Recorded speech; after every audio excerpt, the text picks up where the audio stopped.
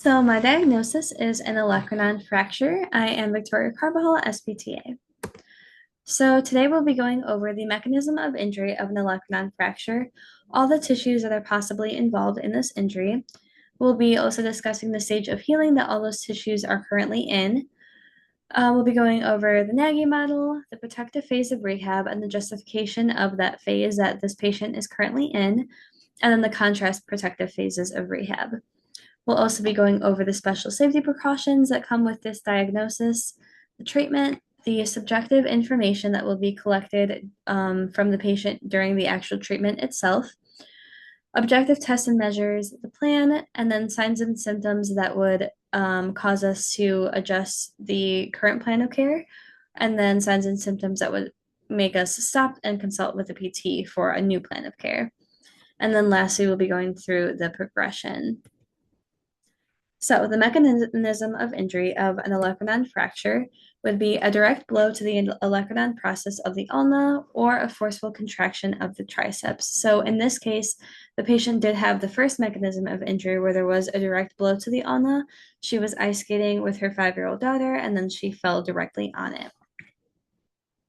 So all the possible tissues that are involved in this type of injury include ligaments such as the medial collateral ligament and the lateral collateral ligament, the triceps brachii muscle, of course, the olecranon process of the ulna itself, the triceps brachii tendon, the ulnar nerve, and head of the radius. So the stage of healing that these tissues are currently in for the medial and lateral collateral ligaments, they both are in the proliferation phase because the eval states that surgery was 1 month ago and the cast was removed. So because this isn't fully healed, the olecranon is still unstable, so we do want to maintain the special precautions that this patient currently has in place. We will also do the same for the olecranon process of the ulna because that also is in the proliferation phase. So we want to make sure that we don't surpass 90 degrees of elbow flexion. The triceps brachii muscle is also in the proliferation phase. This is because, or I know this because the eval shows that the patient has muscle guarding during triceps motions, such as extending the elbow. So treatment for this will just include pain management. I'll be using ultrasound to promote that healing for this tissue. The triceps brachii tendon is also in the proliferation phase. The eval mentions pain during movement and no pain when the arm is held at the side. So during treatment, I will again be sure to maintain those special precautions of not going above 90 degrees of elbow flexion, because if I were to do this, that could possibly tear off the tendon from the triceps tendon from the olecranon. The ulnar nerve, I would say, is in the maturation phase because the eval doesn't mention any nerve impairments such as numbness, tingling, or burning sensations. And since there don't seem to be any nerve impairments, I'm sure that I'm being cautious so as not to press on that nerve, such as when I'm doing massage. But other than that, I will not be addressing that during this treatment. The head of the radius is also in the proliferation phase. The eval again states that they are 1 month post-surgery and that there is pain during movement, but that the cast has been removed. So again, I'll make sure that I am careful to treat the patient's pain before asking them to perform movements, such as our strengthening exercises that might increase that pain. The Nagy model is in that written document that I will also be attaching to this. And then the protective phase of rehab. So my patient currently is in the moderate protective phase of rehab. My justification of this protective phase is that they are 1 month post-surgery, so it definitely has had time to heal from that initial inflammation phase. But they're still in therapy 4 days, 4 times a week for 4 weeks. So they're definitely not in that minimal protective phase. They still have a ways to go. This moderate protective phase consists of promoting tissue healing. We want safe development of a mobile scar.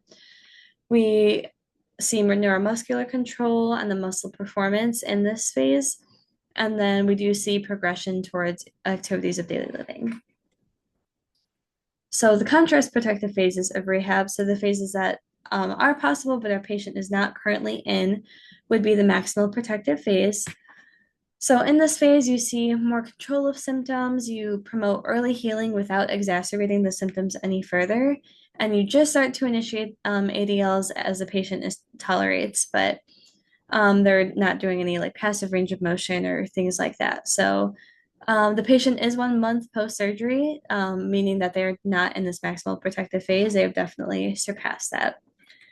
And then the other protective phase of rehab is the minimal protective phase. So this rehab phase consists of developing functional independence in activities such as in the community, with work, any sports that the patient did before. You want to get that functional independence in those activities again as the patient tolerates it. The patient is being seen 4 times a week for 4 weeks and is working towards improving their active and passive range of motion for the elbow, meaning that because they're still working on this passive range of motion, they're not yet in that minimal protective phase, and they do still have a ways to go before being finished with rehab. So special safety precautions for an olecranon fracture. The MOI precautions are similar to the special precautions where we do not want to get more than 90 degrees of elbow flexion because again, then that triceps tendon does have a chance of tearing off again. So that precaution is still relevant being in the moderate phase. We do still need to adhere to those special precautions so as not to cause further injury or re-injure that olecranon. Treatment is also going to be in the written document that will be attached to this. And then subjective information that I will be collecting throughout the treatment itself. So starting off, I would just ask, how's your pain today? Where do you feel this pain? So from this, I hope to learn how far we are because our first short-term goal is to decrease pain with movement. So giving us that baseline as to where we began and then figuring out again at the end of treatment, learning what they are, what their pain level is at the beginning of treatment. May help me determine like what my ultrasound parameters will be and if there need to be any adjustments made for the beginning of treatment. During treatment, I definitely want to check in with them during our strengthening exercises because that's when they will be moving the most and that is when they experience the most pain. So asking them to rate their pain during the exercise, I would ask, well, I hope to learn, just has it increased at all with that movement? And then if it has increased, I'll probably adjust my strengthening exercises to be less intense, possibly less repetitions or sets, depending on how much that pain has increased. And then at the end of treatment, I would ask them to rate their pain, seeing if it has improved at all. Again, I hope to learn if that initial ultrasound treatment was enough to help reduce it and then be able to do activities afterwards. If the pain wasn't improved, then I might need to increase those ultrasound parameters or find something else that might be more effective at addressing their pain. So objective tests and measures that we would want to be taking during treatments throughout their time in therapy to make sure that they are progressing towards their goals would definitely be goniometry of elbow flexion, forearm supination, and pronation, since it is one of their short-term goals to improve that range of motion. So my plan, as long as everything goes well, one of the things that I would write in my SOAP note would be increasing the bicep curl repetitions from 10 to 15 for 3 sets during our next treatment. That would help me get towards my short-term goal of increasing the strength in the elbow. So signs and symptoms that might cause me to talk to my PT and then modify or adjust the treatment in the current plan of care might be increased pain during the strengthening exercise. So strengthening is still within the plan of care, so the exercise might just need to be modified, but it can still continue since it is under that plan of care. Another sign of symptom would be a decreased range of motion of elbow flexion, as long as it wasn't like a huge amount that decrease was shown. Increasing the range of motion of elbow flexion can still continue because it is a goal in the plan of care from the PT. So the way that this increase is achieved might need to be changed since there was a regression shown, but it definitely would just need to be monitored to see if the patient might have just been in more pain that day, if that's why they had that decrease. But again, treatment could still continue.